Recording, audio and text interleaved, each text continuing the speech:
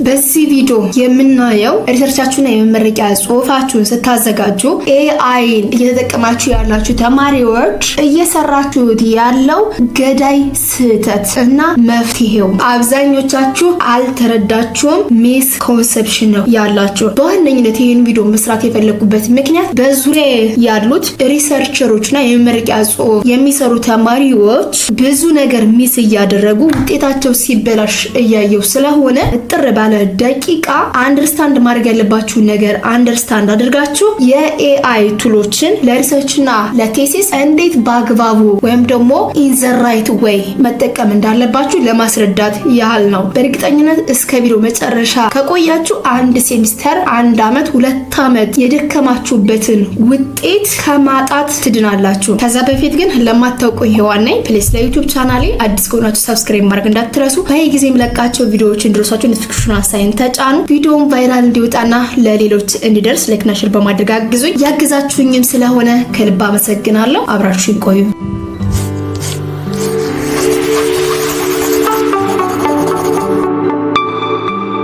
Universal Tube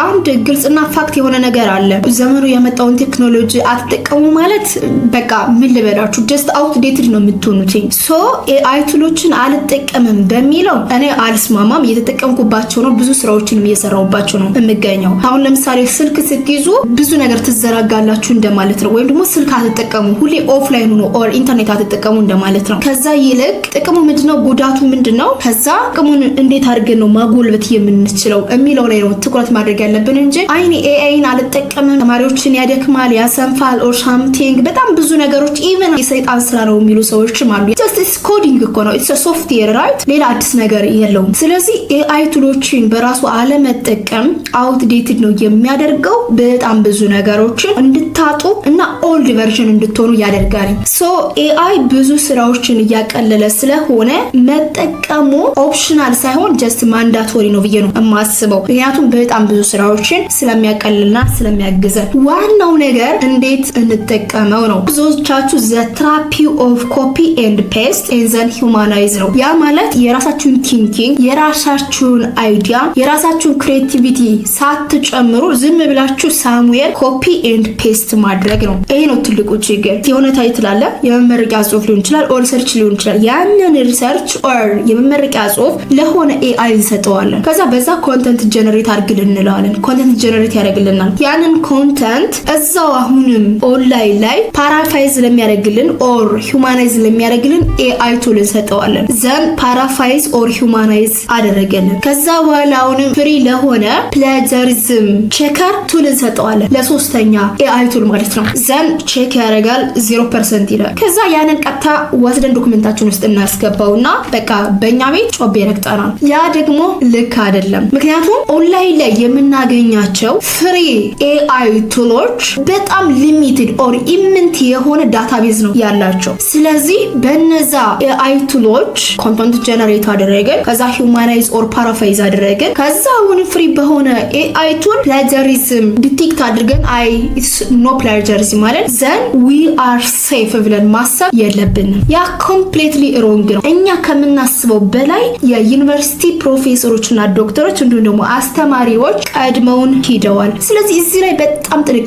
ማድረግ አለብን። ለምሳሌ እኛ በዶላር ከፍለን ኮንተንት ጀነሬት የሚያደርግልን ኤአይ አንጠቀምም። እንዲሁም ደግሞ ፓራፋይዝ ኦር ሂውማናይዝ የሚያደርግልንን ኤአይ አንጠቀምም። በተጨማሪም ፕላጀሪዝሙን ቼክ የሚያደርግልን ኤአይ ዲቴክቲንግ ቱል አንጠቀምም። ኦንታይም ቢንግ አብዛኞቹ ዩኒቨርሲቲዎች ግን ፓይድ የሆኑ ኤአይ ቱሎችን ወይም ደግሞ ኤአይ ዲቴክሽን ቱሎችን ኦር ፕላጀሪዝም ቼከሮችን ካፍረው እየተጠቀሙ ነው፣ እኛ ተማሪዎች በማናውቀው ወይም እና እዚህ ላይ በጣም ጥንቃቄ ማድረግ አለብን። በነገራችን ላይ እያስፈራራዋችሁ አይደለም፣ ጀስት እኔ እንደ ተማሪ ወይም ደግሞ እንደ ጓደኛ ሆኜ ያለውን ሪያሊቲ ለእናንተ እየነገርኳችሁ ያለው። በኤአይ ጀነሬት አድርገን ሂውማናይዝ ያደረግነውን ኦር ፓራፋይዝ ያደረግነውን ኮንተንት ታንቲን የተባለው ኤአይ ዲቴክተር እዚህ ጋር የጻፍኩት ሶሪ ፕሮናንስ ሳረከ ተሳሳትኩኝ። የጽሁፉን ፓተርን የቃላቱን አጠቃቀምና የአረፍተ ነገሩን አወቃቀር ኦር ሴንታክሱን ብቻ በማየት ኤአይ ራይቲንግ ፕሮባቢሊቲውን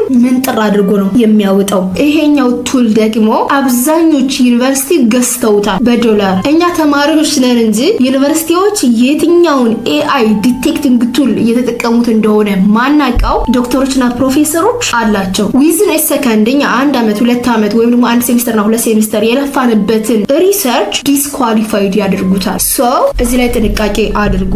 ሌላኛው ራሳችን ቁጭ ብለን እስካልጻፍነው ድረስ የፍሎውና የኮንቴክስት መጥፋት ይኖራል። ያ ማለት ምን መሰላችሁ? ለምሳሌ ታይትላችንን እንሰጠዋለን፣ ከዛ ጀነሬት ያደርግልናል፣ አምጥተን እናስገባዋለን። ጀነሬት ያደርግልናል፣ አምጥተን እናስገባዋለን። ስለዚህ ፍሎው የተያያዘ ወይም ደግሞ ሎጂካል አይሆንም። ከአንደኛው ፓራግራፍ ወደ አንደኛው ፓራግራፍ ወይም ደግሞ ከአንደኛው ፔጅ ወደ አንደኛው ፔጅ ወይም ደግሞ ከኢንትሮዳክሽን እስከ ኮንክሉዥኑ ሎጂካል የሆነና ስትራክቸሩን የጠበቀ ፍሎው ኦር ኮንሰፕት አይኖረውም። ከኮንቴክስት አንጻርም ስታዩት ኢትዮጵያ ውስጥ ሆነን ስለ ገጠር መሬት ምርምር እየሰራን ከሆነ እና ኤአይ ታይትሉን ሰጠን ጀነሬት አድርግልን ብንለው ጀነራል የሆነ ኖሌጅ ነው አይደለ? ኤአይ ጀነሬት የሚያደርግልን ስፔሲፊክ አይሆንም። ስለዚህ የሀገራችን ተጨባጭ ሁኔታ ወይም ደግሞ ሎካል ኮንቴክስት ሳይሆን የሚወስደው የአውሮፓ ኦር የአሜሪካ ኢንቫይሮንመንቱን ወስዶ ሊሰራው ይችላል። ያንን በቀጥታ ኤዲት ሳናረግ ወይም ደግሞ ሀሳቡን ሳንረዳና በራሳችን ሳንጽፍ ኮፒ ፔስት የምናደርገው ከሆነ ፕሮፌሰሩ ኦር ዶክተሩ ወይም ደግሞ ኢቫሉዌተሩ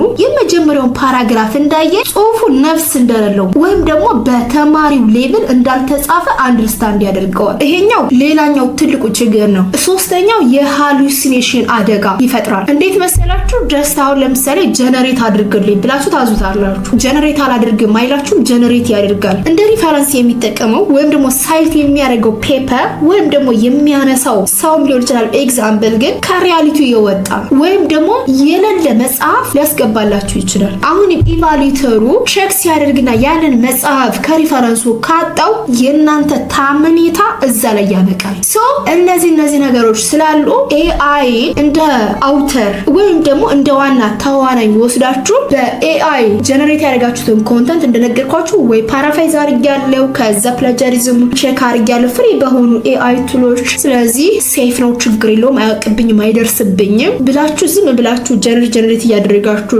ጽፋችሁ የምታስገቡት ከሆነ አለቀላችሁ። ለዚህ መፍትሄው ምንድን ነው? ኤአይስ እንዴት ነው መጠቀም ያለብን ለሚለው አሁን ምጥር አድርጌ ላስረዳት። አንደኛ ለብሬንስቶርሚንግ ኤንድ ለስትራክቸር ተጠቀሙት። አይዲያዎችን ጀነሬት ለማድረግ ለምሳሌ ስለሆነ ኮንሰፕት በምን መልኩ ማውራት እንዳለበት ወይም ደግሞ የሆነ ነገር ምን ማለት እንዳለበት ጀስት እስኪ አብራራልኝ ወይም ደግሞ ኮንተንት ጀነሬት አድርግልኝ ኦር ኢንትሮዳክሽን ጻፍልኝ ኦር ፕሮብሌሙ ጻፍልኝ ብላችሁ ጀስት ጀነሬት ታደርጋላችሁ። ዘን ያንን ዲቴል ታነቡታላችሁ፣ ትረዱታላችሁ። ያልገባችሁ ኮንሰፕትና ውስብስብ የሆነ ሀሳብም ካለ ተመሳሳይ ኤግዛምፕሎችን ወይም ደግሞ ማብራሪያዎችን እንዲሰጣችሁ አድርጋችሁ ትረዱታላችሁ ኮንሰፕቱን። ከዛ ያንን ትከርኑትና ወይም ደግሞ ታስቀምጡትና በራሳችሁ ቁጭ ብላችሁ መጻፍ ትጀምራላችሁ። ሶ ለዛ ተጠቀሙ። ሁለተኛ ለስትራክቸር አውትላይኑን ፍሎውን ከማን ቀጥሎ መምጣት እንዳለበት ኦርጋናይዜሽናል ስትራክቸሩ ምን ማድረግ እንዳለባችሁ ለዛ ተጠቀሙት። አውትላይኑን በደንብ ድራፍት አድርገው ይወጣላችኋል፣ ስትራክቸሩንም በተመሳሳይ። ሶስተኛ ለፊድባክ እና ለኤዲቲንግ እኔንም ጨምሮ የአብዛኞቻችን ችግር የምንጠቀመው ቃላት ብዙ ጊዜ ተመሳሳይ ነው የሚሆነው። እንዲሁም ደግሞ ኤዲት ስናደርግ የግራመር ችግር ይኖርብናል፣ ብዙ ነገሮችን ሚስ እናደርጋለን። ያ ምንም ችግር የለውም፣ ኢትስ ኦኬ። ስለዚህ ዝም ብለን እንደወረደ ሀሳባችን እንደዚህ ነው እያለን እንጻፈው ወርድ ላይ ወይም ደግሞ ጉግል ዶክ ላይ ኦር ወረቀት ላይ ሊቪል ልጽፉት ትችላላችሁ ሀሳባችሁን ነው። ስለዚህ ጊዜ ወስዳችሁ የራሳችሁን ክሬቲቪቲ የራሳችሁን ማይንድ ተጠቅማችሁ ጻፉት ሀሳቡን። ዘን በተሰባበረ ቃላት የጻፋችሁትን ሀሳብ ይሄ የኔ ጽሁፍ ነው፣ ስለዚህ የግራመር ችግር ካለበት የቃላት አጠቃቀም ችግር ካለብኝ አርመኝ ብላችሁ ለኤአይ ብትሰጡት ያስተካክልላል። ኤአይ ለኤዲቲንግ መጠቀም ደግሞ ጀስት 100% ከፕላጀሪዝም ነፃ ነው። ዛቲስ ፊድባክም በተመሳሳይ ጀስት ሚስ ያደረኩት ነገር ምንድነው፣ እዚህ ጋር ማጠናከር ያለብኝ ነገር ምንድነው። ቅድም እንደነገርኳችሁ ዝም ብላችሁ በራሳችሁ የሆነ ነገር መጻፍ ከመጀመራችሁ በፊት ለብሬንስቶርሚንግ ወይም ደግሞ ሀሳቦችን ለማመንጨት ውስብስብ ሀሳቦችን በቀላሉ ለመረዳት በጣም ነው የሚጠቅማችሁ። ስለዚህ በዛ መልኩ ኮንተንቶችን ጀነሬት ታደርጋላችሁ። ቁጭ ብላችሁ ሀሳቡን በደንብ አናላይዝ አድርጋችሁ ትረዱታላችሁ። ከዛ በኋላ ያንን በራሳችሁ ትጽፉታላችሁ። ያለ በለዛ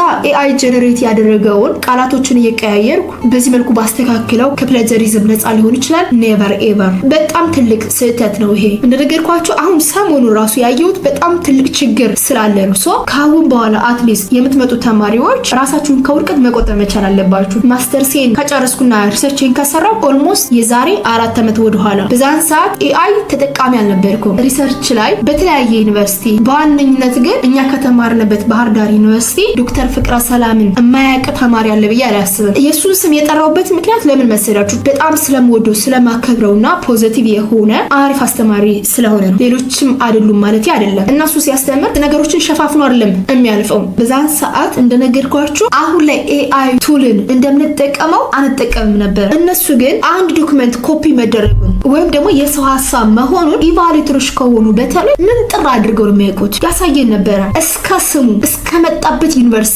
እስካገኘው ውጤት ይህ ተማሪ ከዚህ ዩኒቨርሲቲ ተልኮ ነው እኛ ዲፓርትመንት ላይ ማስተርሱን ሲማር የነበረ ውጤቱ በዚህ ምክንያት 1 ዓመት 2 ዓመት ሪሰርቹን ሲሰራ ቆይቶ ፌል አድርጓል። ጊዜ ካለው ደግሞ ድጋሚ እንዲሰራ ሪሰርች ታይትል አስቀይረነዋል ወይ ደግሞ ችግሩ ትንሽ ከሆነ በዚህ መልኩ እንዲያስተካክል ነግረነዋል ብሎ በግልጽ ማለት ነው ዶክመንቱ ሁሉ እየከፈተ ሪሶርሱን ከየት እንዳመጣው እያንዳንዱን ያሳየን ነበር። ያ ደግሞ ሪሰርች ፕሮፖዛል ከማቅረባችን በፊት ስለሆነ ሪሰርች ሜቶዶሎጂ በዛ መልኩ እያስተማረን ሪል የሆኑን ኤግዛምፕል እየሰጠን የነበረ ራሳችን እንድንጠብቅ ያ ነገር እኛ ላይም ሀፕን እንዳያደርግ ቀድመን እንድንዘጋጅ ይረዳን ነበር። ስለዚህ እናንተ ጥንቃቄ እንድታደርጉ ሳታውቁ ወይም ደግሞ ጀስት ኢቫሉዌተሮቹ ዝም ብለው እንደኛ ፍሪ የሆኑ ኤአይ ቱሎችን ተጠቅመው ዲቴክት እንደማያደርጉት ኦር እንደማያውቁብን ጎበዝ እንደሆን አስበን ኤአይ ቱሎችን ሙሉ ለሙሉ ተጠቅመን ሪሰርቻችን ከሰራን አለቀለን። ሶ ፕሊዝ ካሁኑ ይሄን አውቃችሁ